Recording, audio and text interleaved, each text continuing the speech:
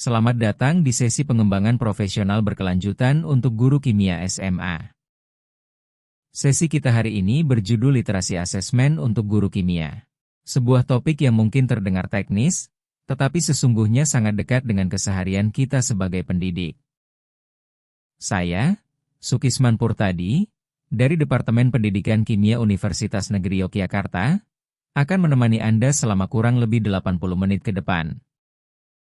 Mengapa literasi asesmen penting untuk guru kimia secara khusus? Kimia adalah mata pelajaran yang sangat kaya. Ia melibatkan fakta, konsep, prosedur, representasi, dan cara berpikir ilmiah. Karena kekayaan itu, asesmen dalam kimia juga punya tantangan tersendiri. Sangat mudah kita mengukur hal yang mudah diukur. Misalnya kemampuan berhitung atau menghafal rumus. Padahal itu bukan inti dari pemahaman kimia yang sesungguhnya. Jadi, sesi ini bukan tentang membuat soal yang lebih sulit.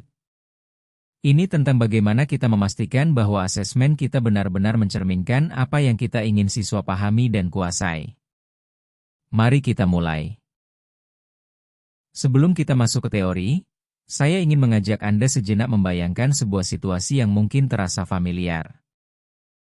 Bayangkan seorang guru kimia bernama Pak Randy. Pak Randy adalah guru yang teliti.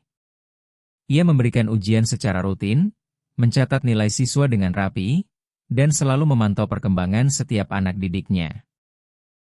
Di kelasnya, ada 3 siswa yang prestasinya bagus. Nilainya berturut-turut 85, 88, dan 91. Dari sudut pandang rapor, mereka adalah siswa yang berhasil. Tapi suatu hari, Pak Randy mencoba sesuatu yang berbeda. Ia duduk bersama ketiga siswa itu dan mengajukan pertanyaan sederhana. Coba jelaskan, apa itu konsep mol? Lalu, bagaimana kamu memahami prinsip Le Chatelier? Dan, bisakah kamu ceritakan dengan kata-katamu sendiri, apa yang terjadi dalam reaksi asam basa? Hasilnya mengejutkan. Ketiga siswa itu, yang nilainya di atas rata-rata, tidak mampu menjawab pertanyaan-pertanyaan konseptual tersebut dengan baik. Mereka bisa mengerjakan soal, tapi tidak bisa menjelaskan mengapa dan bagaimana secara konseptual. Pak Randy kemudian memeriksa kembali soal-soal ujiannya selama ini. Ternyata, 82% dari soal yang ia buat adalah soal prosedural dan kalkulasi. Menghitung mol, mencari pH, menyeimbangkan persamaan reaksi. Hanya 18% yang benar-benar menguji pemahaman konseptual. Siswa-siswa itu tidak berbohong. Mereka tidak curang. Mereka hanya belajar sesuai dengan sinyal yang diberikan asesmen. Yang penting bisa hitung. Dan mereka berhasil dalam hal itu. Namun pemahaman kimia yang mendalam tidak pernah benar-benar terukur. Dan karena tidak terukur, tidak pernah benar-benar diajarkan secara serius. Inilah inti permasalahannya, sistem asesmen yang tanpa teliti belum tentu valid. Teliti, dalam arti mencatat nilai dengan rapi, memberikan ujian rutin, menggunakan angka yang presisi. Semua itu tidak otomatis membuat asesmen menjadi baik. Validitas adalah soal yang berbeda, dan itulah yang akan kita bahas dalam sesi ini. Baik, sebelum kita menyelami lebih dalam, mari saya gambarkan terlebih dahulu perjalanan kita hari ini.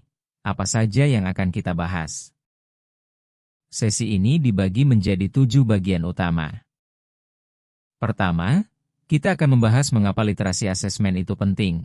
Apa dampaknya terhadap pembelajaran siswa dan terhadap kita sebagai guru. Kedua, kita akan mempelajari prinsip-prinsip dasar asesmen yang efektif, terutama 2 prinsip utama yaitu validitas dan reliabilitas, serta prinsip-prinsip pendukung lainnya. Ketiga, kita akan membedah perbedaan antara asesmen formatif dan asesmen sumatif, 2 pendekatan yang seringkali disalahpahami atau disamakan. Keempat, kita akan belajar bagaimana merancang asesmen kimia yang valid, mulai dari menentukan tujuan hingga menyusun soal yang tepat sasaran. Kelima, kita akan mengenal metode-metode asesmen alternatif, seperti portofolio, penilaian kinerja, peta konsep, dan proyek jangka panjang. Keenam, kita akan membahas bagaimana menggunakan data dari hasil asesmen untuk memperbaiki pembelajaran, karena data tanpa tindak lanjut hanyalah angka. Dan ketujuh, kita akan mengulas rubrik dan kriteria penilaian, bagaimana membuatnya, dan mengapa rubrik yang baik adalah kunci keadilan dalam asesmen. 7 topik ini saling berkaitan erat. Anggap saja ini seperti membangun sebuah bangunan. Validitas dan reliabilitas adalah pondasinya, prinsip-prinsip desain asesmen adalah rangkanya, dan alat-alat praktis seperti rubrik adalah atap yang melindungi seluruh proses pembelajaran. Mari kita mulai dari fondasi. Ada sebuah kutipan yang saya ingin Anda renungkan.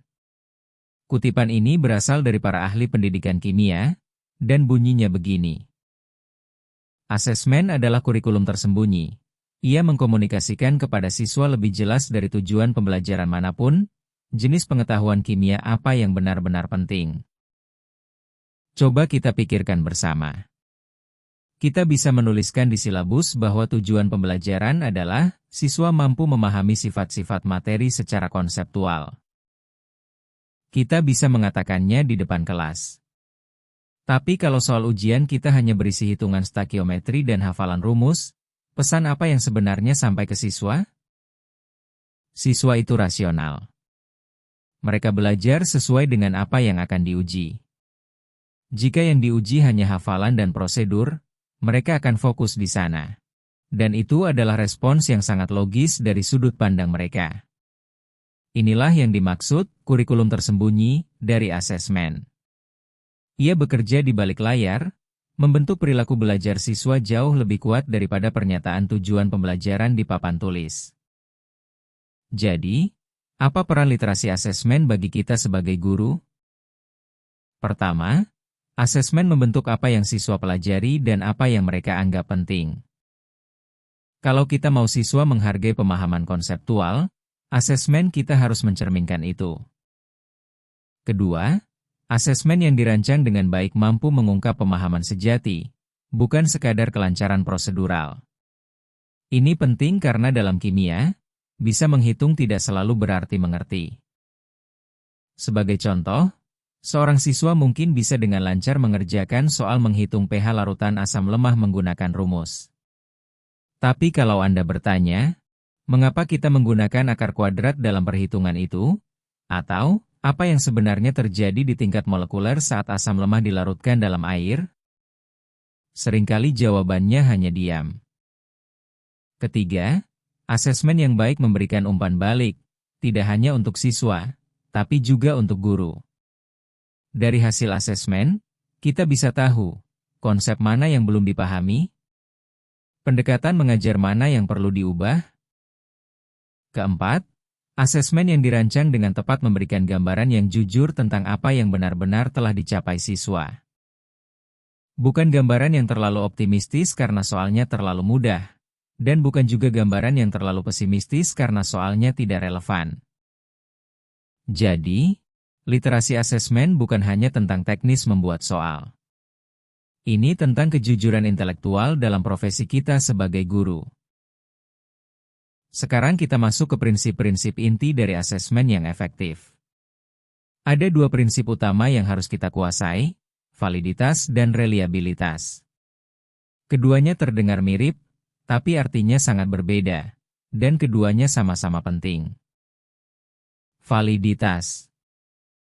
Validitas artinya, apakah asesmen kita benar-benar mengukur apa yang kita klaim diukur? Ini terdengar sederhana, tapi dalam praktiknya sangat mudah dilanggar. Ada 2 dimensi validitas yang perlu kita perhatikan. Yang pertama adalah validitas konstruk. Dalam bahasa Indonesia kita bisa menyebutnya kesahihan konseptual. Pertanyaannya, apakah tugas atau soal yang kita buat benar-benar mencerminkan pemahaman kimia yang sesungguhnya? Misalnya, kita membuat soal, hitung massa molar dari HSO. Soal ini mengukur kemampuan menghitung dan mengingat massa atom.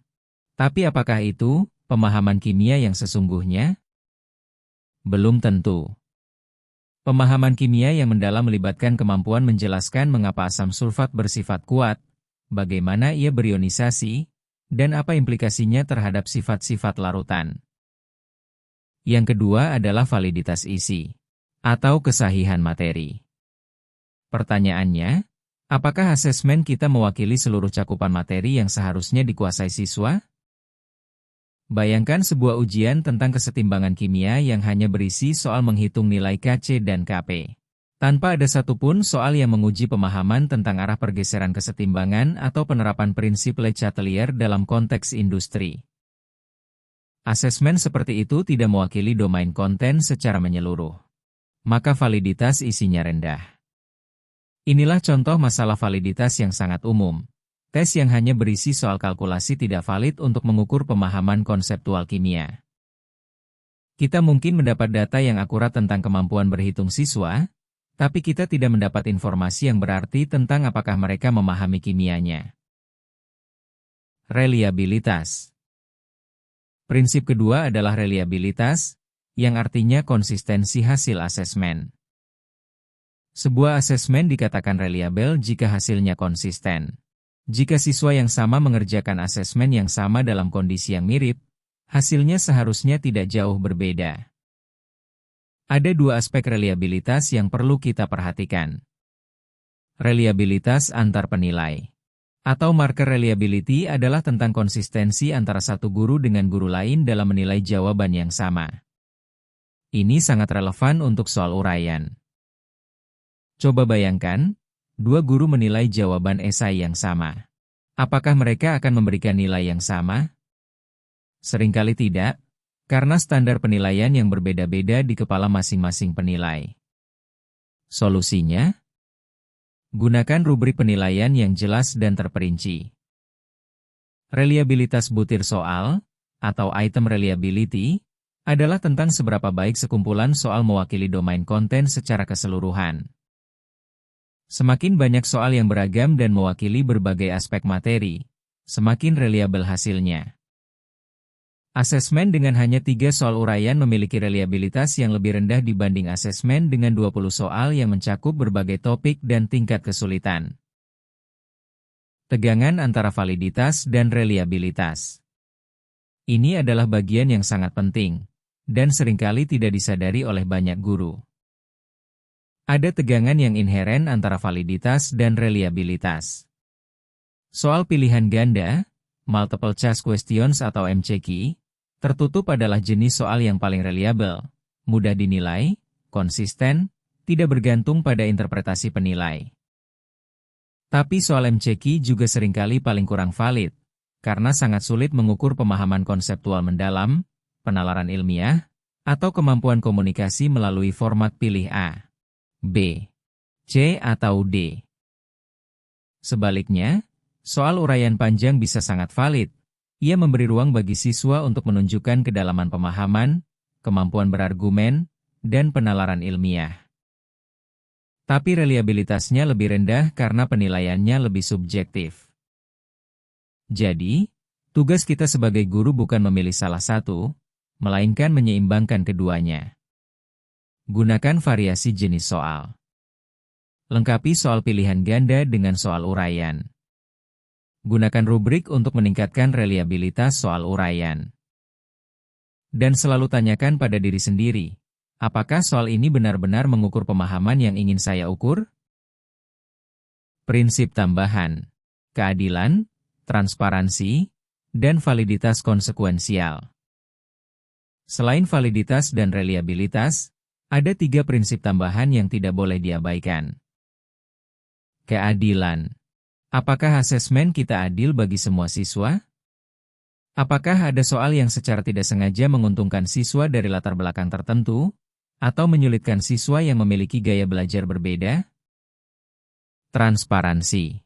Apakah siswa tahu apa yang akan diuji dan dengan kriteria apa mereka akan dinilai? Asesmen yang transparan bukan berarti bocoran soal, tapi berarti siswa memahami dengan jelas apa yang diharapkan dari mereka. Dan validitas konsekuensial. Ini adalah pertanyaan yang lebih besar. Apa dampak dari asesmen kita terhadap pembelajaran secara keseluruhan? Apakah asesmen kita mendorong siswa untuk belajar lebih dalam, Atau justru mendorong mereka untuk sekadar menghafal demi lulus?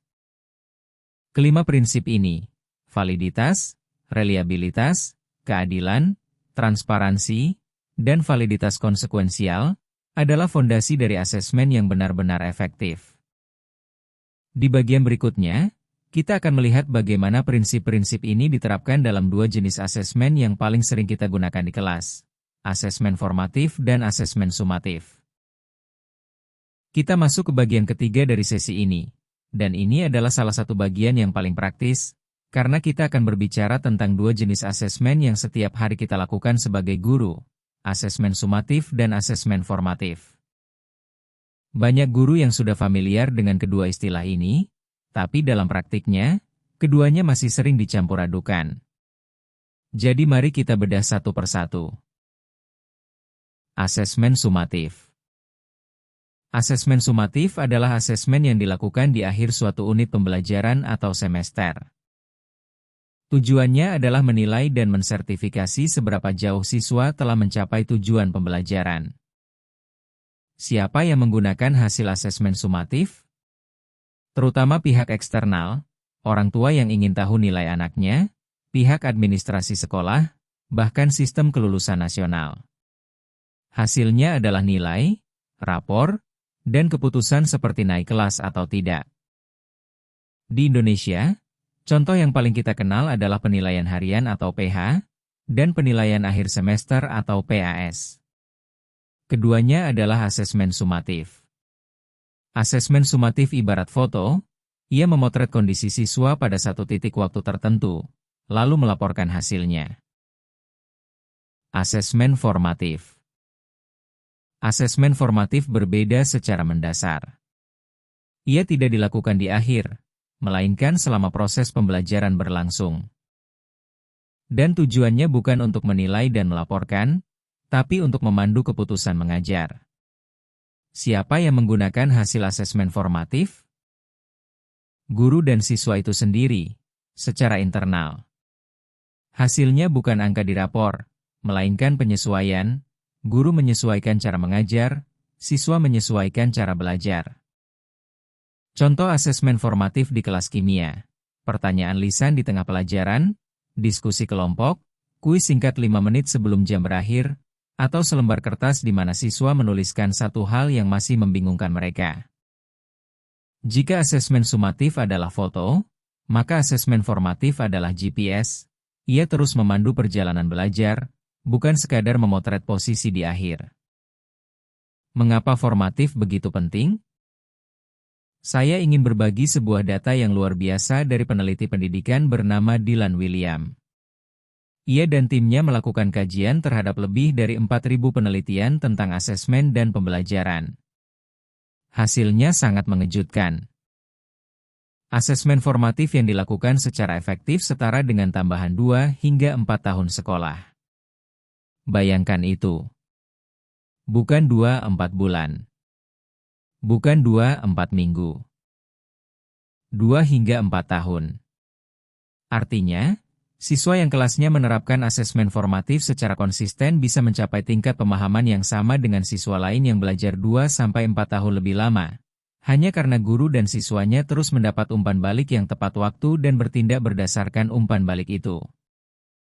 Ini bukan berarti kita tidak butuh asesmen sumatif. Kita tetap butuh. Ia punya fungsi yang berbeda dan tidak bisa digantikan. Tapi jika selama ini kita terlalu fokus pada asesmen sumatif dan mengabaikan formatif, kita mungkin melewatkan instrumen yang paling ampuh untuk meningkatkan pembelajaran. Karena asesmen formatif begitu penting, kita perlu tahu bagaimana menerapkannya secara efektif. Dylan William, peneliti yang tadi kita sebut, menyusun 5 strategi utama asesmen formatif yang terbukti efektif secara penelitian. Mari kita bahas satu persatu. Strategi pertama, klarifikasi tujuan dan kriteria sukses. Langkah pertama adalah memastikan siswa tahu dengan tepat apa yang ingin mereka capai, dan bagaimana mereka tahu apakah mereka sudah mencapainya. Ini bukan sekadar menuliskan tujuan pembelajaran di papan tulis. Itu perlu, tapi belum cukup. Yang dimaksud di sini adalah membuat target belajar yang eksplisit. Bukan hanya topiknya, tapi kemampuan spesifik apa yang harus bisa dilakukan siswa. Contoh yang kabur, hari ini kita akan belajar tentang laju reaksi. Contoh yang eksplisit, di akhir pelajaran ini, kamu harus bisa menjelaskan mengapa kenaikan suhu meningkatkan laju reaksi. Bukan hanya menyebutkan fakta bahwa suhu berpengaruh, tapi menjelaskan mekanismenya di tingkat molekuler. Perbedaannya sangat besar.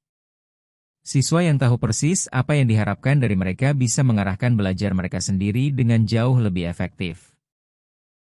Strategi kedua, rekayasa diskusi dan pertanyaan yang efektif. Strategi kedua adalah tentang jenis pertanyaan yang kita ajukan di kelas. Ada perbedaan besar antara pertanyaan yang sekadar memicu jawaban dan pertanyaan yang memicu penalaran. Contoh pertanyaan lemah, apa yang terjadi pada laju reaksi jika suhu dinaikkan? Jawaban yang diharapkan, laju reaksi meningkat. Dan selesai. Tidak ada penalaran yang terungkap. Contoh pertanyaan kuat, mengapa laju reaksi meningkat saat suhu dinaikkan? Apa yang terjadi di tingkat partikel? Pertanyaan ini memaksa siswa berpikir tentang teori tumbukan, energi aktivasi, dan frekuensi tumbukan yang efektif. Inilah yang benar-benar mengungkap pemahaman mereka. Teknik lain yang efektif, alih-alih menunjuk satu siswa untuk menjawab, gunakan teknik think time, beri siswa waktu 30 detik untuk berpikir sebelum ada yang menjawab. Atau gunakan random selection, semua siswa sama-sama bersiap karena siapapun bisa dipanggil. Ini mencegah pola di mana hanya siswa tertentu yang aktif menjawab. Strategi ketiga, umpan balik yang mendorong kemajuan. Ini adalah strategi yang paling sering disalahpahami. Banyak guru berpikir bahwa memberikan nilai sudah cukup sebagai umpan balik. Ternyata tidak. Penelitian menunjukkan bahwa umpan balik berupa angka saja tidak mengubah perilaku belajar.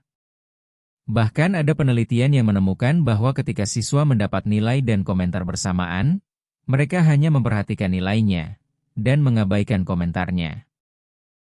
Umpan balik yang efektif harus spesifik dan menunjukkan apa yang perlu berubah. Umpan balik lemah, bagus, nilai 78. Umpan balik kuat, kamu berhasil menghitung nilai KC dengan benar. Tapi di bagian penjelasan, kamu menulis bahwa KC menunjukkan kecepatan reaksi. Ini kurang tepat. KC sebenarnya menggambarkan perbandingan konsentrasi produk dan reaktan pada kesetimbangan, bukan kecepatan. Coba perbaiki bagian itu dengan mengacu pada definisi kesetimbangan dinamis. Umpan balik seperti itu memberi siswa peta jalan untuk memperbaiki pemahaman mereka. Nilai saja tidak memberikan itu. Strategi keempat, siswa sebagai sumber belajar satu sama lain.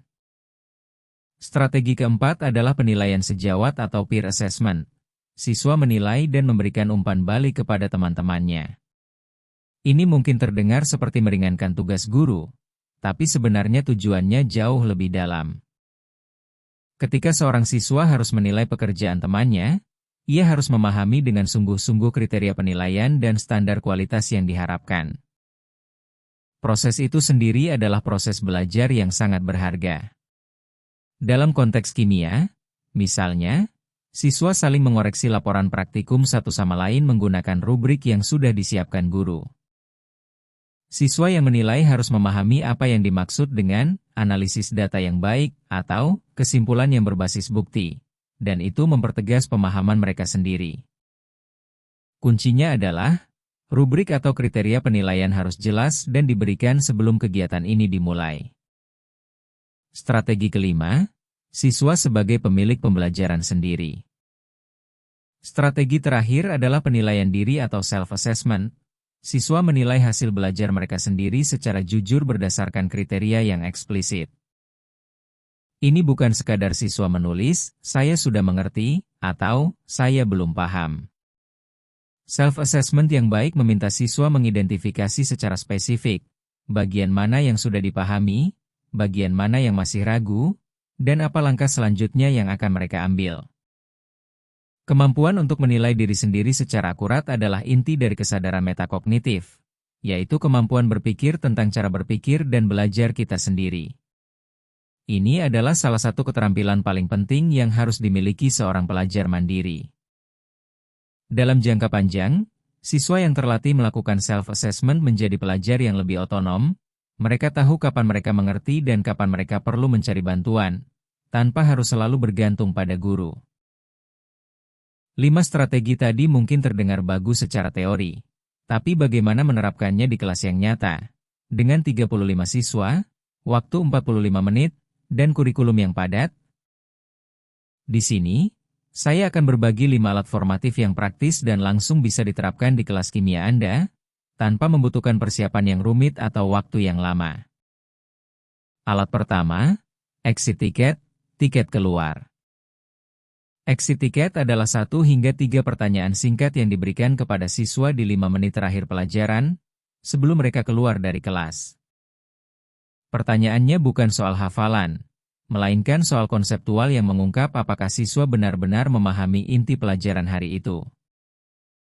Contoh untuk topik laju reaksi, jelaskan dengan kata-katamu sendiri, mengapa menghancurkan zat padat menjadi serbuk bisa mempercepat reaksi. Guru tidak perlu memberi nilai pada setiap lembar exit ticket. Yang penting adalah membaca polanya. Berapa banyak siswa yang menjawab dengan benar? Di mana letak kebingungan yang paling umum? Informasi itu menjadi dasar untuk merencanakan pelajaran berikutnya. Alat kedua, pertanyaan konsep pertanyaan engsel. Istilah hinge question atau pertanyaan engsel mungkin terdengar asing. Disebut engsel karena pertanyaan ini adalah titik balik. Ia menentukan kemana arah pelajaran selanjutnya akan berpaling. Biasanya berbentuk pilihan ganda diagnostik, tapi bukan pilihan ganda biasa. Setiap pilihan jawaban yang salah dirancang untuk mewakili miskonsepsi spesifik yang umum dimiliki siswa. Contoh untuk topik kesetimbangan kimia. Jika konsentrasi produk ditambahkan dalam sistem kesetimbangan, apa yang terjadi? A. Reaksi akan berhenti total. B. Nilai Kc akan bertambah besar. C. Kesetimbangan akan bergeser ke arah reaktan. D. Laju reaksi maju dan balik akan sama-sama meningkat. Jawaban yang benar adalah C, tapi setiap pilihan lain mencerminkan miskonsepsi tertentu. A adalah miskonsepsi bahwa kesetimbangan bisa berhenti. B adalah kebingungan antara perubahan konsentrasi dan konstanta kesetimbangan. Dan D adalah miskonsepsi tentang laju reaksi. Dengan melihat pilihan mana yang paling banyak dipilih siswa, guru tahu persis miskonsepsi mana yang perlu ditangani segera. Alat ketiga, papan mini atau whiteboard individual. Ini adalah teknik sederhana yang sangat efektif. Setiap siswa memiliki papan kecil, bisa papan whiteboard kecil, bisa juga selembar kertas tebal yang dimasukkan ke dalam plastik bening, untuk menuliskan jawaban mereka. Guru mengajukan pertanyaan, semua siswa menulis jawaban di papan masing-masing, lalu pada hitungan ketiga, semua mengangkat papan mereka bersamaan. Dalam hitungan detik, guru bisa melihat kondisi pemahaman seluruh kelas sekaligus. Tidak ada siswa yang bisa bersembunyi di belakang siswa lain yang lebih pandai. Dalam pelajaran kimia, ini sangat berguna untuk menggambar diagram partikel, menuliskan persamaan reaksi setara, atau menunjukkan rumus yang digunakan. Alat keempat, kartu lampu lalu lintas. Teknik ini menggunakan 3 kartu warna, merah, kuning, dan hijau, seperti lampu lalu lintas. Hijau artinya, saya paham dan bisa melanjutkan. Kuning artinya, saya agak paham, tapi ada yang masih ragu. Merah artinya, saya belum paham, butuh penjelasan ulang. Di setiap titik kritis dalam pelajaran, guru meminta siswa mengangkat kartu yang mencerminkan tingkat keyakinan mereka. Guru bisa langsung memindai kelas dalam beberapa detik. Kalau banyak kartu merah, hentikan dan ulangi. Kalau sebagian besar hijau, lanjutkan. Kelebihannya adalah teknik ini memberikan keberanian kepada siswa yang biasanya malu mengakui ketidaktahuan. karena semua siswa melakukannya bersamaan. Alat kelima, think pair share, pikir pasangkan bagikan. Teknik terakhir mungkin sudah familiar, think pair share. Guru mengajukan pertanyaan, siswa berpikir secara mandiri selama 1-2 menit lalu mendiskusikan jawabannya berpasangan, kemudian beberapa pasangan berbagi ke kelas. Kekuatan teknik ini adalah pada tahap berpasangan. Ketika 2 siswa mendiskusikan sebuah konsep kimia, mereka terpaksa mengungkapkan penalaran mereka dengan kata-kata. Proses verbalisasi itu sendiri memperkuat pemahaman, dan sekaligus mengungkap kelemahan dalam pemahaman masing-masing. Guru yang jeli bisa berkeliling kelas selama sesi berpasangan dan mendengarkan percakapan siswa. Di sana sering terungkap miskonsepsi yang tidak akan pernah muncul kalau kita hanya bertanya ke seluruh kelas secara formal. 5 alat ini, exit ticket, pertanyaan engsel, papan mini, kartu lampu lalu lintas, dan think pair share, bisa Anda mulai terapkan besok, di kelas manapun, tanpa persiapan khusus yang rumit. Yang penting adalah kebiasaan untuk selalu bertanya pada diri sendiri di tengah pelajaran. Seberapa banyak siswa saya yang benar-benar mengerti saat ini? Sekarang kita beralih ke bagian keempat. Bagaimana merancang asesmen kimia yang valid? Ini adalah pertanyaan praktis yang sangat penting. Karena mengetahui bahwa asesmen harus valid dan reliabel itu satu hal, tapi tahu bagaimana merancangnya adalah hal yang berbeda. Ada 4 langkah dalam proses perancangan asesmen kimia yang valid. Langkah pertama, tentukan tujuan. Langkah pertama dan paling mendasar adalah, untuk apa asesmen ini dibuat? Apakah ini asesmen sumatif? Untuk menilai pencapaian di akhir unit dan melaporkan hasilnya? Ataukah asesmen formatif, untuk memandu keputusan mengajar di tengah proses? Atau asesmen diagnostik, untuk mengetahui pengetahuan awal siswa sebelum mengajarkan topik baru? Tujuan ini sangat menentukan semua keputusan desain selanjutnya. Jenis soal yang dipilih, tingkat kesulitan, durasi, cara penilaian, dan bagaimana hasilnya akan digunakan. Kesalahan umum yang sering terjadi adalah guru membuat soal lebih dulu, baru memikirkan tujuannya belakangan, atau bahkan tidak memikirkannya sama sekali. Akibatnya, asesmen yang dihasilkan tidak terarah.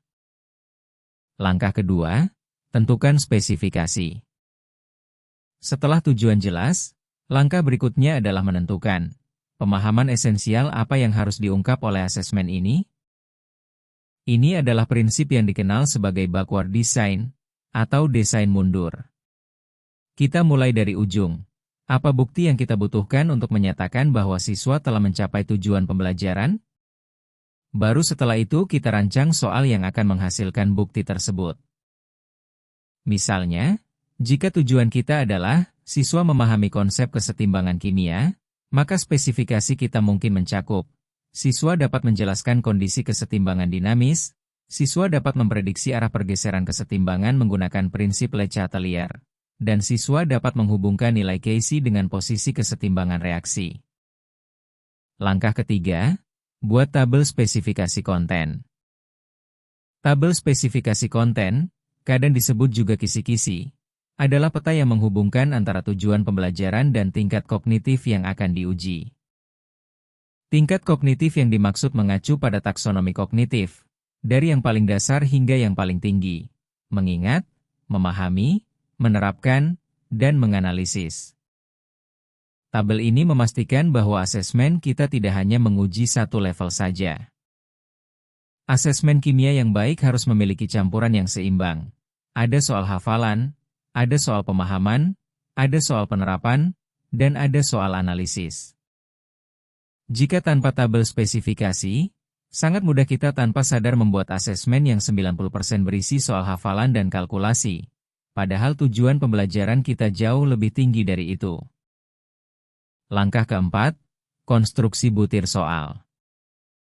Barulah di langkah keempat ini kita mulai menulis soalnya. Dan di sini ada satu prinsip khusus yang sangat penting dalam kimia. Asesmen kimia yang valid harus mencakup ketiga level representasi kimia. Yang pertama adalah level makroskopik, apa yang bisa diamati secara langsung dengan indera. warna larutan yang berubah, gas yang terbentuk, suhu yang meningkat. Yang kedua adalah level submikroskopik, apa yang terjadi di tingkat atom, ion, dan molekul, yang tidak bisa dilihat langsung tapi bisa dibayangkan dan dimodelkan. Yang ketiga adalah level simbolik, representasi menggunakan simbol, rumus, persamaan reaksi, dan grafik. Kelemahan umum asesmen kimia di sekolah adalah terlalu berfokus pada level simbolik. Siswa diminta menyeimbangkan persamaan, menghitung konsentrasi, menuliskan rumus. Tapi jarang sekali soal yang menghubungkan ketiga level ini. Soal yang baik adalah soal yang menguji koneksi antar level. Misalnya, gambarkan apa yang terjadi di tingkat partikel saat larutan HCl ditambahkan ke dalam larutan NaOH, lalu tuliskan persamaan ionik lengkapnya dan jelaskan perubahan yang bisa diamati secara makroskopik. Soal seperti itu menguji ketiga level sekaligus, dan itulah kimia yang sesungguhnya. Selanjutnya, kita bicara lebih teknis tentang jenis-jenis soal yang tersedia bagi kita sebagai guru kimia, beserta kelebihan dan keterbatasan masing-masing. Pemahaman tentang ini sangat penting agar kita bisa memilih jenis soal yang paling tepat untuk tujuan asesmen kita. Soal pilihan ganda, MCQ. Soal pilihan ganda adalah jenis soal yang paling sering digunakan, dan tidak tanpa alasan. Kelebihannya sangat nyata. Soal pilihan ganda bisa mencakup banyak topik sekaligus dalam satu tes, sampling konten yang luas. Penilaiannya konsisten dan cepat, tidak ada subjektivitas penilai. Dan jika dirancang dengan cermat, pilihan jawaban yang salah, distraktor, bisa bersifat diagnostik, mengungkap miskonsepsi tertentu, persis seperti yang kita bahas pada teknik Hinge question study. Tapi keterbatasannya juga signifikan. Soal pilihan ganda tidak bisa menilai penalaran, kita hanya tahu jawaban akhir siswa, bukan proses berpikirnya. Dan ada risiko tebak-tebakan yang cukup besar, terutama untuk soal dengan 4 pilihan. Probabilitas menebak benar secara acak adalah 25%. Kesimpulan, soal pilihan ganda paling tepat untuk uji cepat cakupan konten yang luas, tapi tidak boleh menjadi satu-satunya jenis soal dalam asesmen kimia. Soal jawaban singkat. Soal jawaban singkat, misalnya soal isian atau soal yang meminta jawaban dalam 2-3 kalimat, mengatasi salah satu kelemahan utama pilihan ganda. Siswa harus menghasilkan jawaban sendiri, bukan memilih. Kelebihannya adalah risiko tebak-tebakan jauh lebih kecil, dan kita bisa mendapat sedikit akses ke penalaran siswa dari cara mereka merumuskan jawaban. Namun ada jebakan yang umum. Soal jawaban singkat seringkali hanya meminta kalkulasi singkat. Hitung pH larutan HCl 0,1 m. Ini tetap tidak menguji pemahaman konseptual. Bisa mengerjakan perhitungan tidak sama dengan memahami kimianya. Untuk memaksimalkan soal jawaban singkat, tambahkan dimensi penjelasan. Hitung pH larutan tersebut, lalu jelaskan mengapa HCl dianggap asam kuat. Soal uraian panjang. Soal uraian panjang, atau extended response, adalah jenis soal yang paling valid untuk mengukur pemahaman mendalam dan penalaran ilmiah. Tidak ada cara lain untuk menilai kemampuan siswa berargumen secara ilmiah, menghubungkan konsep-konsep, atau mengevaluasi bukti eksperimen, selain melalui uraian panjang. Tapi ia juga punya kelemahan yang signifikan. Reliabilitasnya rendah tanpa rubrik yang jelas. Dua guru bisa memberi nilai yang sangat berbeda untuk jawaban uraian yang sama, dan ini adalah masalah keadilan yang serius. Selain itu, waktu yang dibutuhkan untuk memeriksa soal uraian jauh lebih lama dibanding pilihan ganda. Solusinya adalah dua hal. Pertama, selalu gunakan rubrik penilaian yang terperinci. Kedua, latih diri untuk memeriksa soal uraian secara efisien, misalnya menilai semua jawaban untuk satu soal tertentu sebelum beralih ke soal berikutnya. Bukan menilai semua soal satu siswa dulu baru beralih ke siswa berikutnya. Soal 2 tingkat, two-tie question. Ini adalah jenis soal yang mungkin belum terlalu umum di Indonesia, tapi sangat efektif untuk kimia. Cara kerjanya, soal terdiri dari 2 tingkat.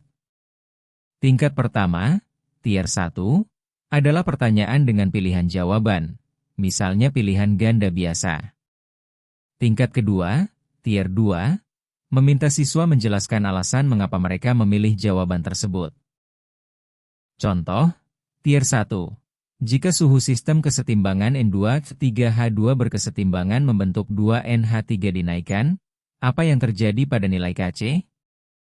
A. Kc bertambah besar. B. Kc berkurang. C. Kc tidak berubah. D. Kc berubah tergantung tekanan. Tier 2. Jelaskan alasan Anda memilih jawaban tersebut.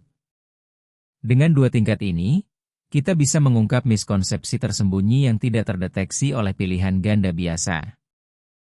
Siswa yang menjawab benar di Tier 1 tapi memberikan alasan yang salah di Tier 2 menunjukkan bahwa mereka menebak atau hafal, bukan memahami. Sebaliknya, siswa yang menjawab salah di Tier 1 tapi memberi alasan yang logis mungkin hanya melakukan kesalahan kecil, bukan miskonsepsi fundamental. Soal dua tingkat membutuhkan desain yang cermat, tapi hasilnya sangat kaya informasi. Ini adalah salah satu alat diagnostik terbaik yang kita miliki dalam asesmen kimia. Prinsip akhir, kombinasikan. Tidak ada satu jenis soal pun yang sempurna sendiri. Asesmen kimia yang baik menggunakan kombinasi dari berbagai jenis soal, pilihan ganda untuk sampling luas, jawaban singkat untuk menguji ketepatan konsep, uraian panjang untuk penalaran mendalam, dan sesekali soal dua tingkat untuk diagnostik miskonsepsi. Dengan memahami kelebihan dan keterbatasan masing-masing, kita bisa merancang asesmen yang seimbang, yang benar-benar mencerminkan keluasan dan kedalaman pemahaman kimia yang ingin kita ukur. Di bagian berikutnya, kita akan menjelajahi metode-metode asesmen yang lebih inovatif dan alternatif, seperti portofolio, penilaian kinerja, peta konsep, dan proyek. Metode-metode ini sangat relevan dengan semangat merdeka belajar yang sedang kita jalankan bersama. Di bagian kelima ini, kita akan membahas metode-metode asesmen yang melampaui soal pilihan ganda dan uraian konvensional. Metode-metode ini seringkali lebih valid untuk mengukur pemahaman kimia yang sesungguhnya, dan sangat sejalan dengan semangat kurikulum merdeka yang kita terapkan saat ini. Ada 4 metode utama yang akan kita bahas: portofolio, tugas kinerja, proyek, dan peta konsep. Portofolio. Portofolio adalah kumpulan karya terpilih siswa yang disertai refleksi. Bukan sembarang kumpulan tugas tapi karya yang dipilih secara sadar oleh siswa sendiri, dengan penjelasan mengapa mereka memilih karya itu dan apa yang karya itu cerminkan tentang perkembangan belajar mereka. Kekuatan unik portofolio adalah kemampuannya menunjukkan pertumbuhan dari waktu ke waktu. Bayangkan seorang siswa yang di awal semester tidak bisa membedakan antara ikatan ion dan ikatan kovalen tapi di akhir semester mampu menganalisis sifat-sifat suatu senyawa berdasarkan jenis ikatannya. Pertumbuhan itu tidak akan terlihat dari nilai ujian akhir saja, tapi bisa terlihat dengan sangat jelas dalam portofolio. Portofolio kimia bisa berisi laporan praktikum terbaik, soal yang pernah salah dijawab beserta analisis kesalahannya, tulisan refleksi tentang konsep yang paling menantang, atau bahkan gambar model molekul yang dibuat sendiri. Yang membedakan portofolio dari sekadar kumpulan tugas adalah komponen refleksi. Siswa harus mampu menjelaskan, saya memilih karya ini karena, dan karya ini menunjukkan bahwa saya sudah berkembang dalam hal. Proses refleksi itulah yang menjadikan portofolio sebuah alat belajar, bukan sekadar arsip. Tantangan utama portofolio adalah waktu dan pengelolaan. Ia butuh sistem yang terorganisir. Tapi di era digital sekarang, portofolio bisa dikelola secara daring dengan relatif mudah. Tugas kinerja, penilaian praktikum. Tugas kinerja dalam konteks kimia paling sering berbentuk kegiatan laboratorium atau praktikum, tapi bukan praktikum biasa yang hanya mengikuti prosedur langkah demi langkah. Tugas kinerja yang baik meminta siswa untuk merancang sendiri prosedur eksperimen, bukan sekadar mengikuti yang sudah tertulis di buku. Misalnya, kamu diberikan larutan asam dengan konsentrasi yang tidak diketahui, dan tersedia bahan-bahan berikut. Bagaimana kamu akan menentukan konsentrasinya? Rancang prosedurmu, lakukan, dan jelaskan hasilnya. Dengan tugas kinerja seperti ini, kita bisa menilai hal-hal yang tidak bisa diukur oleh soal tertulis. Kemampuan merancang eksperimen, ketelitian dalam pengamatan, kemampuan menangani ketidakpastian data, dan penalaran dari bukti. Perhatikan perbedaan ini dengan sangat jelas. Mengikuti prosedur yang sudah ada hanya menilai keterampilan motorik dan kepatuhan. Sementara merancang dan melakukan eksperimen menilai pemikiran ilmiah yang sesungguhnya. Untuk praktikum yang dinilai secara kinerja, rubrik penilaian harus mencakup dimensi seperti kualitas desain eksperimen, ketepatan pengamatan dan pencatatan data, kemampuan analisis dan interpretasi, serta kualitas kesimpulan yang diambil dari bukti. Proyek, dalam konteks P5 Merdeka Belajar. Proyek adalah investigasi jangka panjang yang memungkinkan siswa mendalami sebuah pertanyaan atau masalah nyata secara menyeluruh. Dalam konteks proyek penguatan profil pelajar Pancasila atau P5 di kurikulum Merdeka, proyek kimia bisa sangat kaya dan bermakna. Misalnya proyek analisis kualitas air di sungai sekitar sekolah, proyek pembuatan produk ramah lingkungan berbasis reaksi kimia, atau proyek investigasi tentang kandungan zat aditif dalam makanan kemasan. Yang dinilai dalam proyek bukan hanya produk akhirnya, melainkan seluruh proses.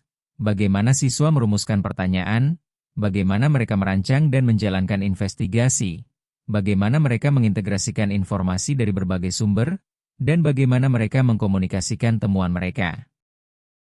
Satu catatan penting yang perlu saya tekankan, dalam proyek yang berkaitan dengan kimia, rubrik penilaian harus tetap memberi bobot substansial pada pemahaman konten kimia, bukan hanya pada kualitas presentasi atau estetika produk. Sangat mudah terjadi proyek kimia yang hasilnya terlihat bagus dan profesional, tapi pemahaman kimianya sangat dangkal. Itu bukan keberhasilan yang sebenarnya. Peta konsep. Peta konsep adalah diagram yang menggambarkan hubungan antar konsep kimia, dihubungkan dengan kata-kata penghubung yang menjelaskan sifat hubungan tersebut. Misalnya, elektron valensi menentukan sifat kimia unsur atau keelektronegatifan mempengaruhi polaritas ikatan. Peta konsep sangat efektif karena ia mengungkap struktur pengetahuan siswa, bagaimana mereka menghubungkan satu konsep dengan konsep lain. Dan struktur itulah yang membedakan pemahaman yang mendalam dari sekadar hafalan yang terfragmentasi. Yang lebih menarik, peta konsep juga sangat efektif untuk mengungkap miskonsepsi. Ketika seorang siswa menghubungkan dua konsep dengan kata penghubung yang salah, misalnya menuliskan reaksi eksoter menyerap energi, miskonsepsi itu terlihat dengan sangat jelas, jauh lebih jelas dibanding jawaban pilihan ganda. Cara menggunakan peta konsep sebagai asesmen bisa sebelum unit dimulai, diagnostik, untuk melihat pengetahuan awal, di tengah unit, formatif, untuk melihat perkembangan pemahaman, atau di akhir unit, sumatif, untuk melihat struktur pengetahuan yang telah terbentuk. Membandingkan peta konsep awal dan akhir seorang siswa bisa menjadi bukti pertumbuhan yang sangat kuat. Bagian ke-6 ini mungkin adalah bagian yang paling sering diabaikan, dan sekaligus yang paling menentukan apakah asesmen kita benar-benar berguna atau tidak. Mari saya mulai dengan sebuah pertanyaan. Apa yang Anda lakukan setelah membagikan hasil ujian kepada siswa? Jika jawabannya adalah melanjutkan ke bab berikutnya, Anda tidak sendirian. Itulah yang terjadi di banyak kelas. Asesmen dilakukan, nilai diberikan, dan kita terus melaju. Data asesmen tidak pernah benar-benar dibaca. Nilai hanya menjadi angka di buku nilai, bukan informasi yang mengubah cara kita mengajar. Padahal, data asesmen adalah salah satu sumber informasi paling berharga yang kita miliki sebagai guru. Pertanyaannya adalah, bagaimana cara membacanya dengan benar, dan apa yang kita lakukan setelahnya? Ada 3 langkah dalam siklus penggunaan data asesmen: observasi, interpretasi, dan tindakan. Langkah pertama, observasi. Observasi adalah membaca data asesmen secara cermat, bukan sekadar merata-rata nilai. 2 level analisis yang perlu dilakukan. Analisis per butir soal, Item analisis untuk setiap soal, berapa persen siswa yang menjawab benar? Butir soal mana yang paling banyak salah? Khusus untuk soal pilihan ganda, berapa persen siswa yang memilih masing-masing opsi jawaban? Analisis per siswa. Siswa mana yang konsisten mengalami kesulitan? Apakah kesulitannya merata di semua topik, atau spesifik di konsep tertentu? Informasi ini mudah didapatkan tanpa alat yang canggih. Dengan spreadsheet sederhana pun sudah cukup. Langkah kedua, interpretasi. Interpretasi adalah langkah yang membutuhkan paling banyak pemikiran. Mengapa siswa berperforma seperti yang kita amati? Mari kita ambil contoh nyata. Misalkan dari hasil ujian kesetimbangan kimia, Anda menemukan bahwa 75% siswa berhasil menghitung nilai Casey dengan benar, tapi hanya 35% yang bisa menjelaskan apa artinya nilai Casey tersebut secara konseptual. Apa makna data ini? Ini bukan sekadar masalah soal yang terlalu sulit. Ini adalah sinyal bahwa pengajaran kita mungkin terlalu berfokus pada prosedur kalkulasi dan kurang pada pemahaman makna konseptual. Siswa berhasil belajar apa yang kita ajarkan, dan kita rupanya lebih banyak mengajarkan cara menghitung daripada cara memahami. Contoh lain, jika dalam soal pilihan ganda tentang Le Chatelier, 60% siswa memilih opsi yang salah dan opsi itu adalah penambahan katalis akan menggeser kesetimbangan ke kanan. Itu adalah sinyal sangat jelas tentang miskonsepsi spesifik yang tersebar luas di kelas Anda, dan miskonsepsi itu perlu ditangani secara langsung dan eksplisit. Langkah ketiga, tindakan. Observasi dan interpretasi tidak ada artinya tanpa tindakan yang spesifik.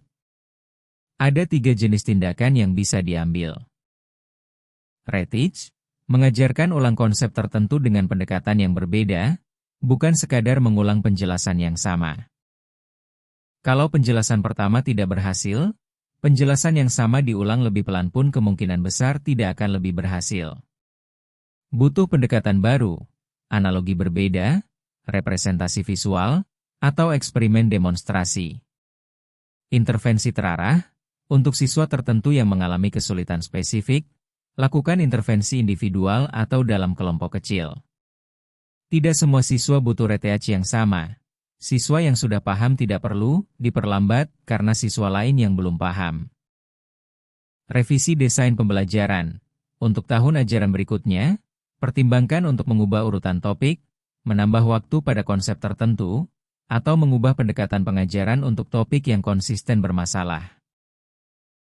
Teknik analisis distraktor MCQ. Ada satu teknik analisis yang sangat berguna untuk soal pilihan ganda yang ingin saya bagikan secara khusus.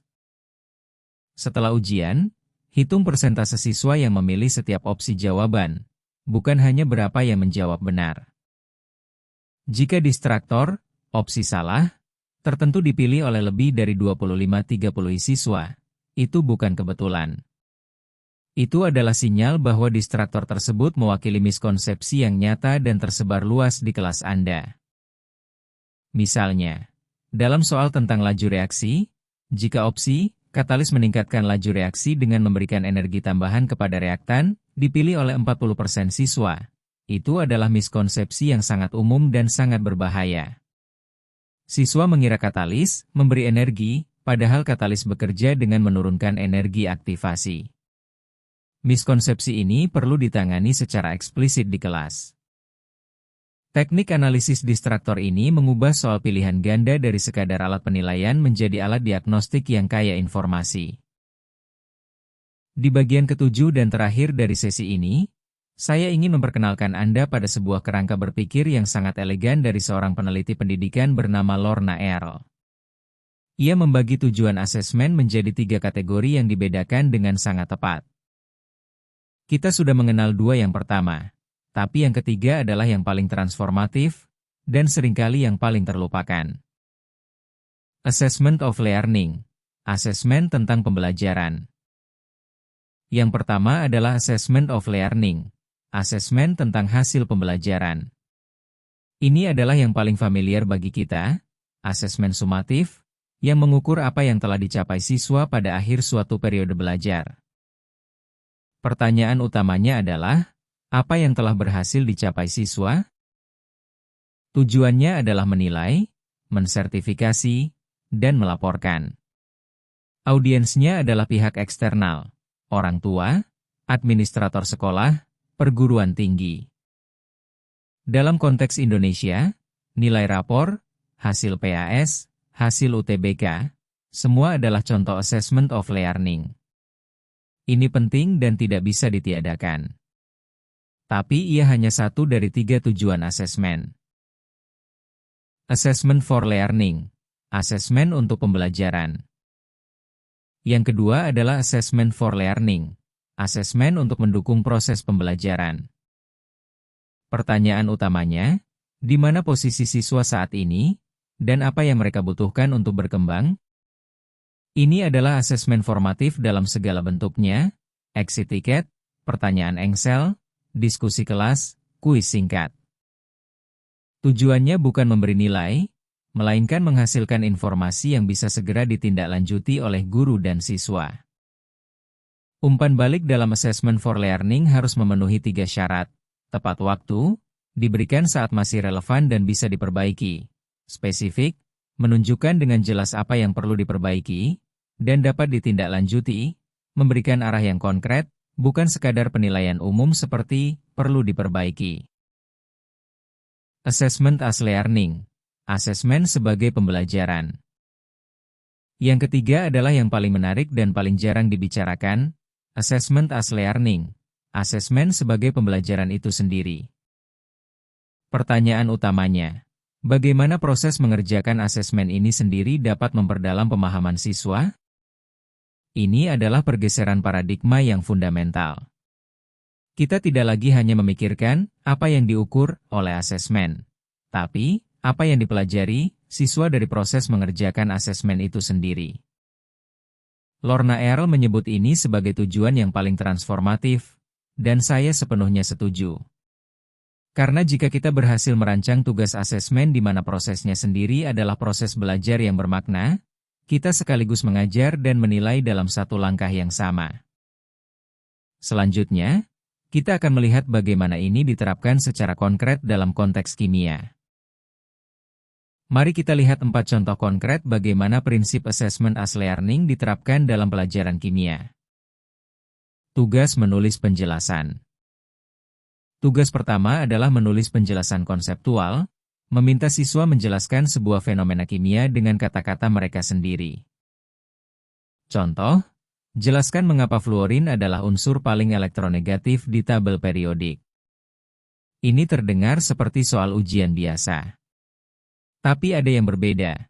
Ketika siswa menulis penjelasan, bukan memilih jawaban, bukan menghitung, tapi betul-betul mengartikulasikan pemikiran mereka dalam kalimat yang lengkap, proses artikulasi itu sendiri memperdalam pemahaman mereka.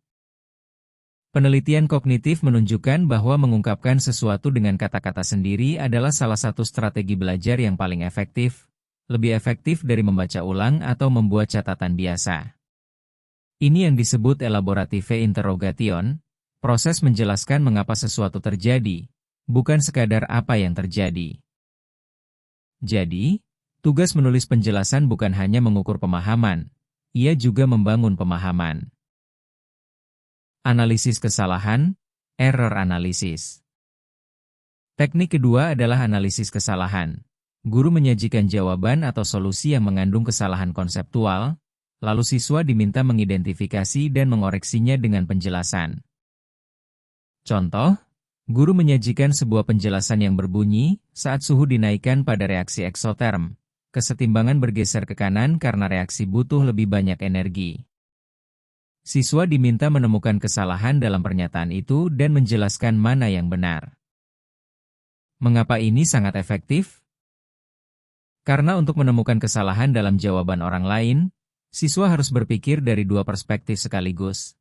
Perspektif yang salah, untuk memahami mengapa kesalahan itu mungkin terjadi, dan perspektif yang benar, untuk mengidentifikasi apa yang seharusnya. Proses berpikir 2 arah ini sangat memperkuat pemahaman konseptual. Selain itu, teknik ini juga membangun kebiasaan berpikir kritis, kemampuan untuk tidak langsung menerima suatu pernyataan tanpa mengevaluasinya terlebih dahulu. Tugas generatif. Tugas ketiga adalah tugas generatif, meminta siswa membuat sesuatu yang baru berdasarkan pemahaman mereka, seperti analogi, metafora, atau model. Contoh, buatlah sebuah analogi untuk menjelaskan prinsip Le Chatelier kepada seseorang yang tidak pernah belajar kimia. Untuk membuat analogi yang baik, siswa harus memahami konsep Le Chatelier pada tingkat yang cukup dalam. Mereka harus menangkap esensi dari prinsip itu, yaitu bahwa sistem cenderung melawan perubahan yang datang dari luar untuk mempertahankan keseimbangannya. Lalu mereka harus menemukan sebuah situasi kehidupan nyata yang memiliki struktur yang mirip. Ini jauh lebih menantang, dan jauh lebih bermakna, daripada sekadar mendefinisikan prinsip Le Chatelier. Analogi yang dibuat siswa juga menjadi jendela yang sangat informatif bagi guru. Analogi yang bagus menunjukkan pemahaman yang mendalam, sementara analogi yang keliru menunjukkan di mana miskonsepsi berada. Self-assessment terkalibrasi. Teknik keempat adalah self-assessment terkalibrasi. Siswa menilai karya mereka sendiri menggunakan rubrik yang jelas, lalu hasilnya dibandingkan dengan penilaian guru. Prosesnya, siswa mengerjakan tugas, siswa menilai tugasnya sendiri menggunakan rubrik yang sudah diberikan guru, juga menilai tugas yang sama, kedua penilaian dibandingkan dan didiskusikan. Kesenjangan antara penilaian siswa dan penilaian guru adalah informasi belajar yang sangat berharga. Jika seorang siswa memberi nilai tinggi pada dirinya sendiri tapi guru memberi nilai rendah, itu menunjukkan bahwa siswa tersebut belum memiliki gambaran yang akurat tentang apa yang dimaksud kualitas tinggi dalam konteks kimia. Kesenjangan itu menjadi titik awal diskusi yang sangat produktif. Sebaliknya, jika seorang siswa terlalu merendahkan dirinya sendiri, itu juga informasi yang penting. Mungkin ia memiliki standar yang terlalu tinggi, atau mungkin ia kurang percaya diri meskipun sebenarnya sudah paham. Teknik ini secara bertahap membangun kemampuan siswa untuk menilai kualitas kerja mereka sendiri secara akurat, sebuah keterampilan yang sangat berharga tidak hanya dalam kimia, tapi dalam seluruh kehidupan belajar mereka. Kita sudah berkali-kali menyebut kata rubrik dalam sesi ini. Sekarang saatnya kita membahas secara khusus, apa itu rubrik yang benar-benar efektif, dan bagaimana cara membuatnya. Rubrik adalah alat penilaian yang mendeskripsikan kriteria-kriteria apa yang akan dinilai dan bagaimana tingkat pencapaian berbeda-beda untuk setiap kriteria. Tapi bukan semua rubrik dibuat sama. Ada rubrik yang membantu, dan ada rubrik yang hanya tampak membantu. Ada 4 prinsip dalam membuat rubrik yang efektif. Prinsip pertama, kriteria harus mencerminkan hal yang penting secara kimia. Kesalahan paling umum dalam membuat rubrik, terutama untuk soal uraian, adalah memasukkan kriteria yang sebenarnya tidak mencerminkan pemahaman kimia. Contoh kriteria yang lemah, jawaban ditulis dengan rapi dan lengkap. Atau, jawaban minimal 150 kata. Kriteria-kriteria ini tidak mengukur kimia, mereka mengukur kepatuhan format. Kriteria yang benar-benar bermakna untuk asesmen kimia adalah akurasi konseptual, apakah konsep kimia yang digunakan benar, penalaran dari bukti, apakah siswa mendukung klaim mereka dengan bukti yang relevan, dan koneksi antar level representasi, apakah siswa menghubungkan fenomena makroskopik dengan penjelasan submikroskopik dan representasi simbolik. Tanyakan pada diri Anda, apakah seseorang yang mendapat nilai tinggi di rubrik ini benar-benar menunjukkan pemahaman kimia yang mendalam? Jika jawabannya belum tentu ya, kriteria rubrik Anda perlu direvisi. Prinsip kedua, deskriptor level harus spesifik. Ini adalah perbedaan antara rubrik yang hanya terlihat profesional dan rubrik yang benar-benar berguna. Deskriptor yang lemah, dan ini sangat umum ditemukan, pemahaman sangat baik, atau jawaban menunjukkan pemahaman yang cukup. Deskriptor seperti ini tidak memberikan informasi apapun yang bisa digunakan untuk membedakan satu tingkat dari tingkat lainnya. Deskriptor yang kuat mendeskripsikan secara konkret apa yang siswa lakukan atau katakan pada tingkat tersebut. Misalnya untuk level 4, sangat baik pada kriteria teori tumbukan. Siswa menjelaskan rantai kausal lengkap. Kenaikan suhu meningkatkan energi kinetik rata-rata partikel, frekuensi tumbukan meningkat, dan proporsi tumbukan yang energinya melampaui energi aktivasi meningkat secara signifikan. Bandingkan itu dengan pemahaman sangat baik. Mana yang lebih berguna bagi guru saat menilai dan bagi siswa saat belajar? Prinsip ketiga, kembangkan rubrik dengan membayangkan karya siswa nyata. Salah satu perangkap dalam membuat rubrik adalah membuat deskriptor dari abstraksi semata. Kita duduk dan berpikir, kira-kira jawaban yang baik itu seperti apa ya? Tanpa benar-benar merujuk pada jawaban siswa yang pernah kita baca. Hasilnya adalah deskriptor yang terdengar bagus tapi tidak akurat mencerminkan spektrum jawaban yang benar-benar diberikan oleh siswa. Cara yang lebih efektif. Sebelum menulis rubrik, bayangkan, atau lebih baik lagi, kumpulkan contoh jawaban siswa dari berbagai tingkat kualitas.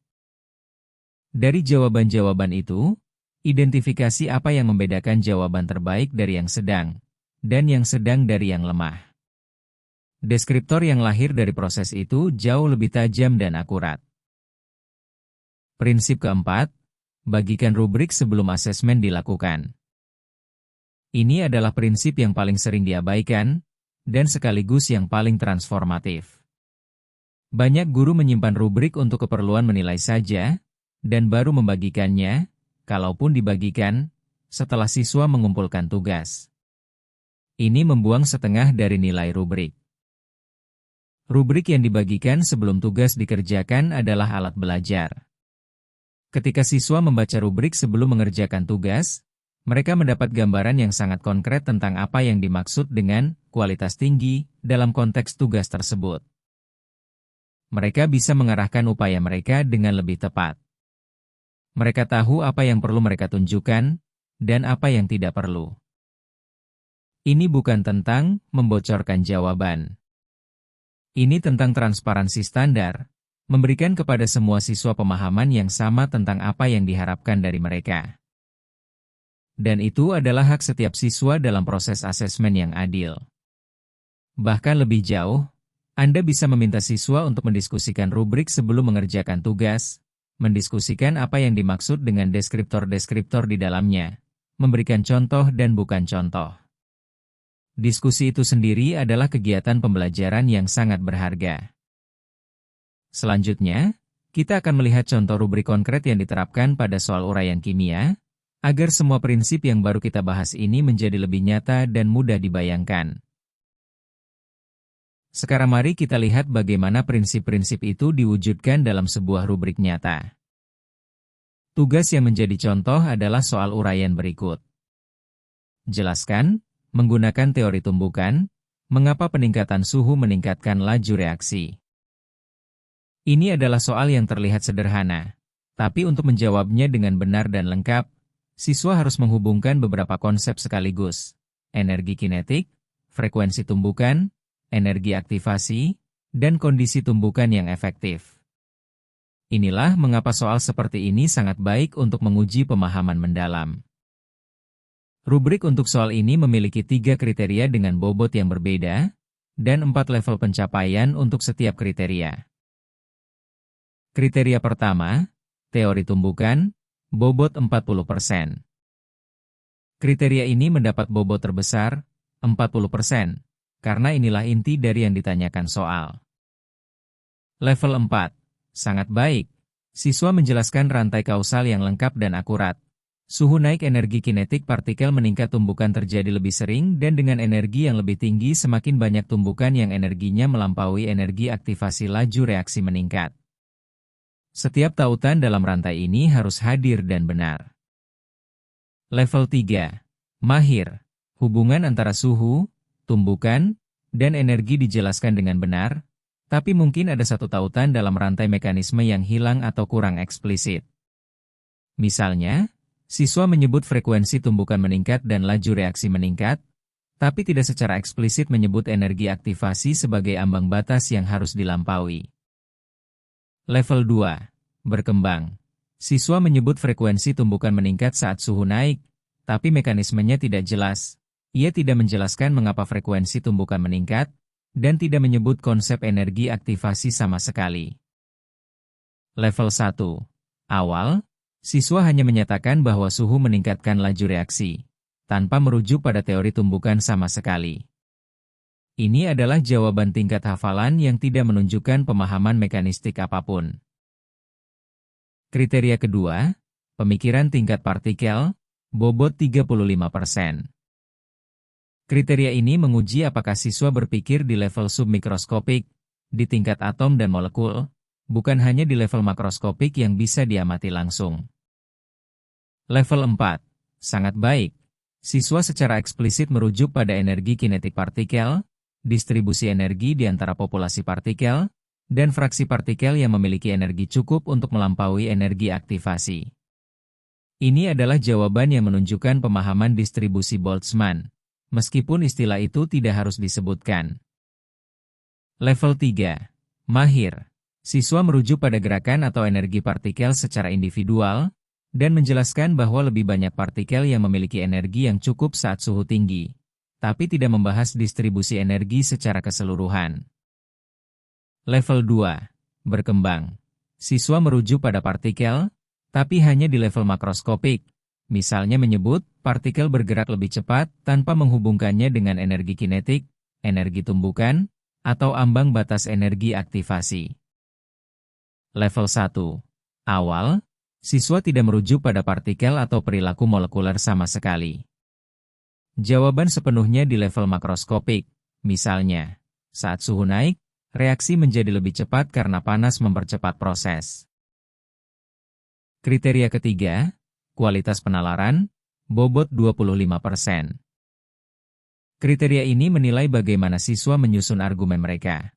Apakah penalarannya logis, berurutan, dan tanpa celah? Level 4. Sangat baik. Rantai kausal siswa bersifat logis dan tidak ada celah. Setiap klaim didukung oleh penjelasan yang masuk akal. Siswa bahkan mungkin mencatat bahwa konteks reaksi tertentu bisa berpengaruh. Misalnya bahwa reaksi eksoterm dan endoterm mungkin merespons perubahan suhu dengan cara yang berbeda dalam konteks kesetimbangan. Level 3. Mahir. Penalaran sebagian besar logis, dengan celah kecil yang tidak fatal, misalnya ada satu lompatan logika yang kurang dijelaskan, tapi secara keseluruhan argumennya masih koheren.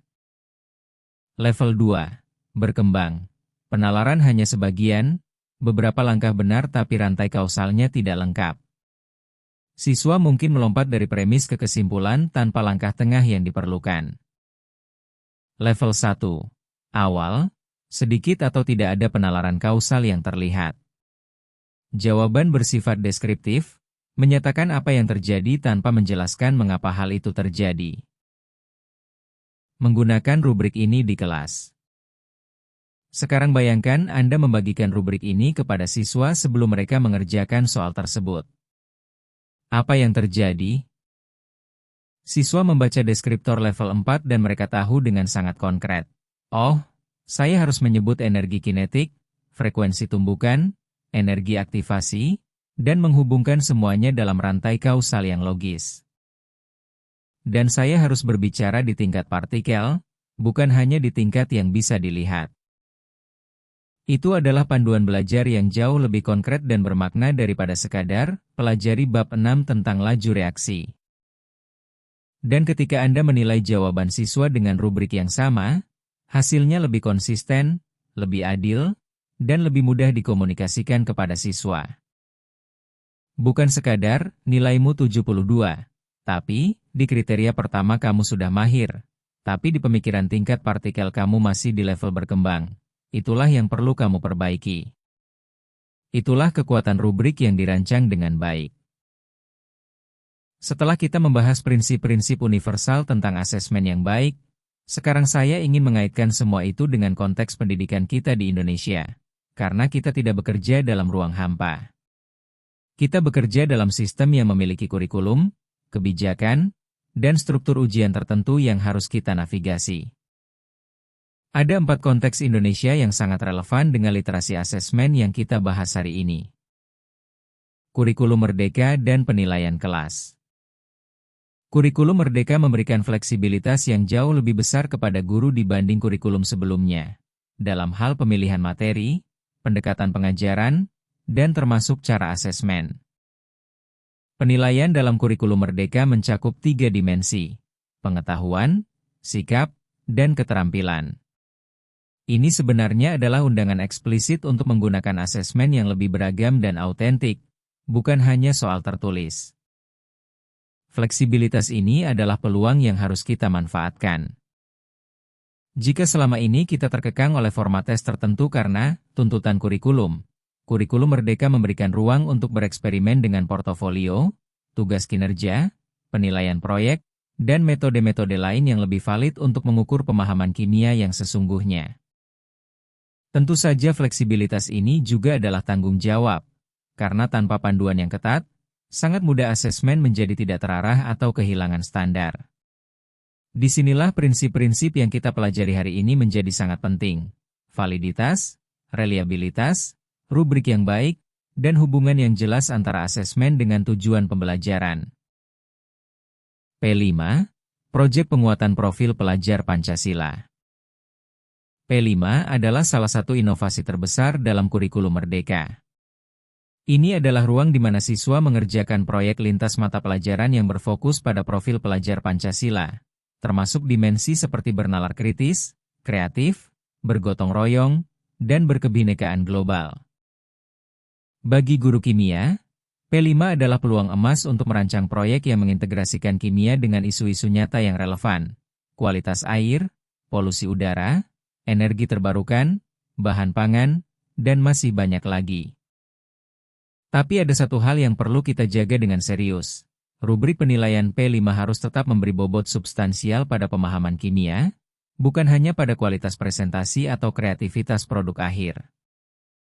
Dalam praktiknya, sangat sering terjadi proyek sains terlihat sangat mengesankan dari luar. Posternya indah, presentasinya percaya diri, videonya menarik, tapi ketika siswa ditanya lebih dalam tentang konsep kimianya, jawabannya sangat dangkal. Jika rubrik kita terlalu berfokus pada aspek komunikasi dan estetika, kita secara tidak sengaja memberi sinyal bahwa yang penting terlihat bagus, dan itu adalah kurikulum tersembunyi yang sangat berbahaya. Pastikan dalam rubrik P5 Anda, ada kriteria yang secara eksplisit menilai kedalaman pemahaman konsep kimia yang terlibat, kualitas data dan analisis, dan koneksi antara temuan dengan prinsip-prinsip sains yang relevan. Asesmen Nasional dan AKM. Asesmen Nasional atau AN, termasuk di dalamnya Asesmen Kompetensi Minimum atau AKM, menandai pergeseran yang sangat signifikan dalam sistem penilaian di Indonesia. Berbeda dari ujian nasional yang berfokus pada penguasaan konten mata pelajaran secara spesifik, AKM berfokus pada literasi sains, kemampuan menggunakan pengetahuan sains untuk bernalar dalam konteks yang baru dan tidak familiar. Soal-soal AKM Sains biasanya menyajikan sebuah situasi atau fenomena nyata, lalu meminta siswa untuk menganalisis, mengevaluasi, atau menarik kesimpulan. Siswa tidak bisa menjawabnya hanya dengan hafalan. Mereka membutuhkan pemahaman konseptual yang cukup fleksibel untuk diterapkan dalam konteks baru. Ini sepenuhnya sejalan dengan apa yang kita bahas hari ini. Ketika kita mendorong asesmen kimia yang menguji pemahaman konseptual mendalam, ketiga level representasi, dan penalaran ilmiah, kita sebenarnya juga sedang mempersiapkan siswa untuk sukses dalam AKM. Tidak ada dikotomi antara mengajar kimia yang baik dan mempersiapkan siswa untuk asesmen nasional. Jika kita mengajar dengan benar, keduanya tercapai sekaligus. UTBK dan persiapan perguruan tinggi. Satu lagi konteks yang sangat relevan bagi banyak guru SMA, UTBK, ujian tulis berbasis komputer untuk seleksi masuk perguruan tinggi. Soal-soal UTBK kimia dari tahun ke tahun semakin bergeser dari soal hafalan dan kalkulasi rutin, menuju soal yang membutuhkan pemahaman konseptual yang fleksibel dan penerapan dalam konteks baru. Ini adalah tren yang konsisten dan kemungkinan besar akan terus berlanjut. Artinya, siswa yang benar-benar memahami kimia secara konseptual, bukan hanya hafal rumus dan prosedur, akan lebih siap menghadapi UTBK dibanding siswa yang hanya dilatih mengerjakan tipe soal tertentu. Ini adalah kabar baik bagi kita sebagai guru yang percaya pada pembelajaran bermakna. Kita tidak perlu memilih antara mengajar kimia yang sesungguhnya dan mempersiapkan siswa untuk ujian masuk perguruan tinggi. Keduanya mengarah ke tempat yang sama. Pemahaman konseptual yang mendalam adalah fondasi terbaik untuk keduanya. Kita sudah menempuh perjalanan yang cukup panjang hari ini, dari memahami mengapa asesmen penting, hingga bagaimana merancang, melaksanakan, dan menggunakan hasilnya secara efektif. Sebelum kita menutup sesi ini dengan sesi refleksi, izinkan saya merangkum 7 poin kunci yang menjadi inti dari seluruh sesi kita hari ini. Poin pertama, asesmen adalah kurikulum tersembunyi. Asesmen mengkomunikasikan kepada siswa, lebih jelas dari pernyataan tujuan pembelajaran manapun, jenis pengetahuan kimia apa yang benar-benar dihargai. Jika soal kita hanya menguji hafalan dan kalkulasi, itulah yang akan siswa pelajari, meskipun tujuan pembelajaran kita jauh lebih ambisius dari itu. Poin kedua, validitas lebih utama dari kesempurnaan prosedural. Tes yang teliti, yang nilainya dicatat rapi, yang diberikan secara rutin, yang angkanya presisi, belum tentu valid. Validitas adalah tentang apakah asesmen benar-benar mengukur pemahaman kimia yang ingin kita ukur. Sebuah tes bisa sangat rapi secara prosedural tapi sama sekali tidak mengukur hal yang penting. Poin ketiga, asesmen formatif yang efektif setara dengan 2-4 tahun sekolah tambahan. Temuan Dylan William dari lebih dari 4.000 penelitian ini mengingatkan kita bahwa umpan balik yang tepat waktu, spesifik, dan dapat ditindaklanjuti adalah salah satu investasi pedagogis terbaik yang bisa kita lakukan. 5 strategi formatif William, klarifikasi tujuan, pertanyaan efektif, umpan balik bermakna, penilaian sejawat, dan penilaian diri, bukan teori abstrak. Mereka adalah alat praktis yang terbukti efektif. Poin keempat, asesmen kimia harus mencakup ketiga level representasi.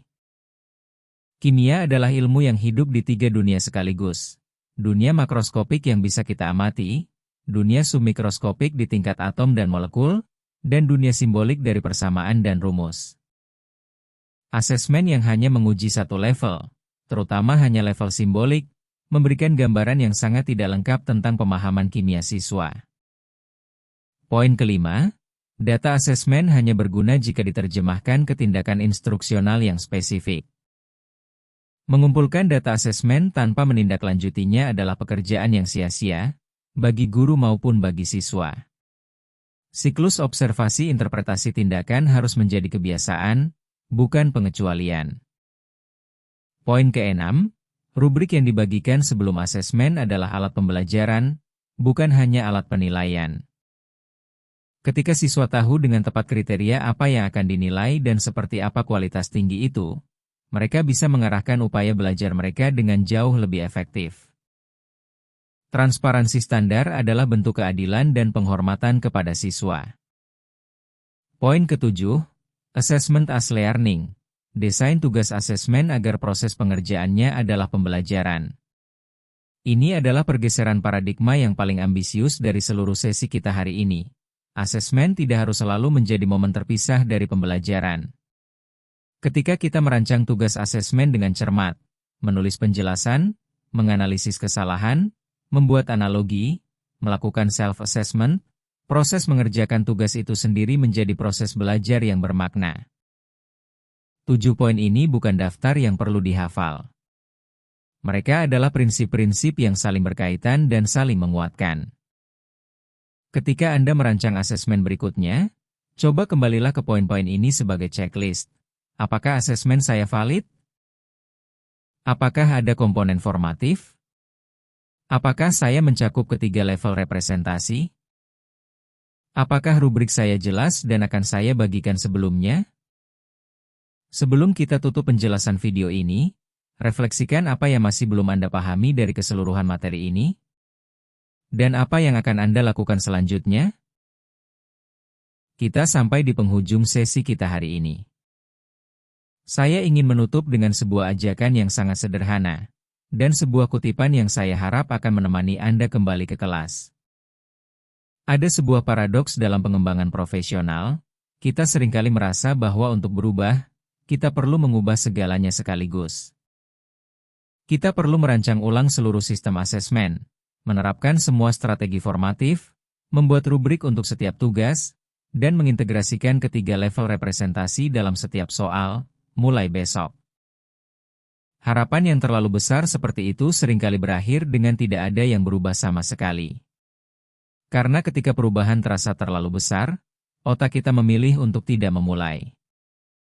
Kenyataannya, perubahan yang bertahan lama hampir selalu dimulai dari satu langkah kecil yang konkret. Saya ingin menutup dengan mengucapkan terima kasih atas perhatian dan keterbukaan Anda sepanjang sesi ini. Literasi asesmen bukan tentang menjadi guru yang sempurna atau membuat soal yang tidak ada cacatnya. Ini tentang menjadi guru yang reflektif, yang terus bertanya, apakah yang saya ukur benar-benar mencerminkan apa yang penting? Dan apakah yang saya lakukan hari ini membantu siswa saya belajar lebih baik? Pertanyaan-pertanyaan itu adalah inti dari profesionalisme guru. Dan saya percaya bahwa setiap calon guru yang hadir dalam sesi ini hari ini, dengan kesediaan Anda untuk belajar dan merefleksikan praktik Anda, sudah menunjukkan bahwa Anda adalah guru yang peduli dengan hal yang benar. Terima kasih. Sampai jumpa di sesi pengembangan profesional berikutnya.